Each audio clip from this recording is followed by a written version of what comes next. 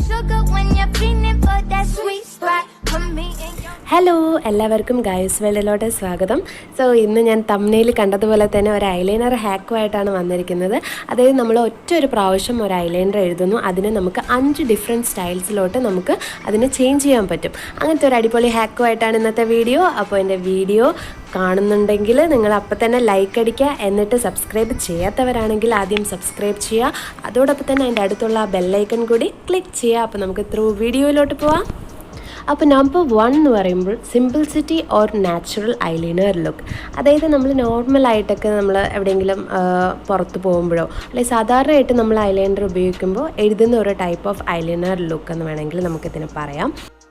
അതേപോലെ തന്നെ നമുക്കിത് തിന്നായിട്ട് വേണമെങ്കിലും എഴുതാം, അതേപോലെ തന്നെ തിക്കായിട്ട് വേണമെങ്കിലും എഴുതാം. അവരവരുടെ ഫേസിന് സ്യൂട്ടാവുന്ന രീതിയിലുള്ള ഒരു രീതിയിൽ നിങ്ങൾക്ക് എഴുതാം. പക്ഷേ ഇതിൻ്റെ ലെങ്ത്ത് വന്നിട്ട് ഈ ഒരു ഷേപ്പിലായിരിക്കും. നമുക്ക് ഈ ഒരു ബേസാണ് അത്യാവശ്യം. ഇത് വെച്ചിട്ടാണ് നമ്മൾ ബാക്കി എല്ലാ സ്റ്റെപ്സും ചെയ്യുന്നത്. Then move on to the second step, wing eyeliner or classic look. ബേസായിട്ട് നമ്മൾ വരച്ചിരിക്കുന്ന അതിൻ്റെ കോർണർ ഏരിയയിൽ നമ്മളൊരു വിങ് പോലെ ഒന്ന് വരച്ചു കൊടുത്താൽ മതി. അതിൻ്റെ ലെങ്ത്ത് നിങ്ങൾക്ക് ഇഷ്ടമുള്ള രീതിയിൽ കൊടുക്കാം, അവരവരുടെ ഫേസിന് സ്യൂട്ടാവുന്ന രീതിയിൽ ലെങ്ത്ത് കൊടുക്കാം.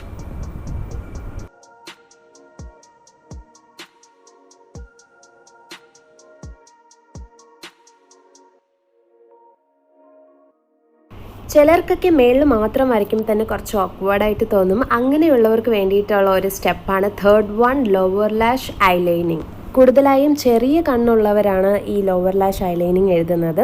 വലിയ കണ്ണുള്ളവർക്കാണെങ്കിൽ താഴെ എഴുതേണ്ട ആവശ്യമില്ല, കാരണം അവരുടെ കണ്ണ് ഓൾറെഡി റൗണ്ട് ഒരു ബിഗ് വൺ ആയിരിക്കും. സോ ചെറിയ കണ്ണുള്ളവർക്ക് കുറച്ചുകൂടെ കണ്ണ് വലുതാക്കി കാണാനാണ് ഈ ഒരു ലൈനിങ് യൂസ് ചെയ്യുന്നത്.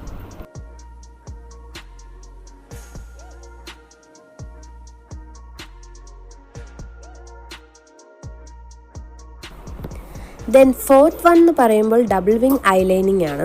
ഇത് വന്നിട്ട് കണ്ണിൽ എന്തെങ്കിലും ഡിഫറെൻ്റായിട്ട് ചെയ്യണമെന്ന് വിചാരിക്കുന്നവർക്ക് വേണ്ടിയിട്ടുള്ള ഒരു ഐലൈനറാണ്.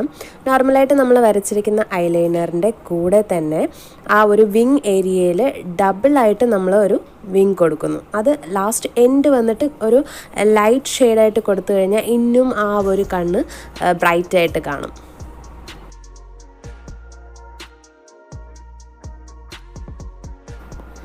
ആൻഡ് ലാസ്റ്റ് ആൻഡ് ഫൈനൽ, എൻ്റെ പേഴ്സണൽ ഫേവറേറ്റ് 5, ഫിഷ് ടെയിൽ ഐലൈനിങ്.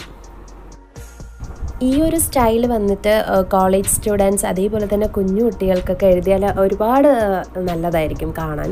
നല്ല ബ്രൈറ്റായിട്ടുള്ള ഒരു ഐലൈനിങ് ആണ്. ലൈക്ക് നമ്മുടെ ഫിഷിൻ്റെ ടെയിൽ പോലെയാണ് ഇത് കാണാനിരിക്കുന്നത്.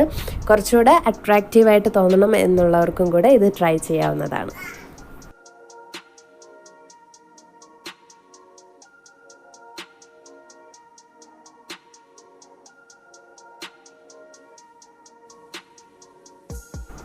ഞാൻ ഈ വരച്ച 5 സ്റ്റൈലും നിങ്ങൾക്ക് ഈസി ആയിട്ട് ചെയ്യാൻ പറ്റുന്ന ഒരു കാര്യമാണ്. ബേസ് വരച്ച് കഴിഞ്ഞാൽ നമുക്കതിൻ്റെ എൻഡ് പോർഷൻ ഈസി ആയിട്ട് ക്വിക്കായിട്ട് നമുക്ക് മാറ്റാൻ പറ്റും.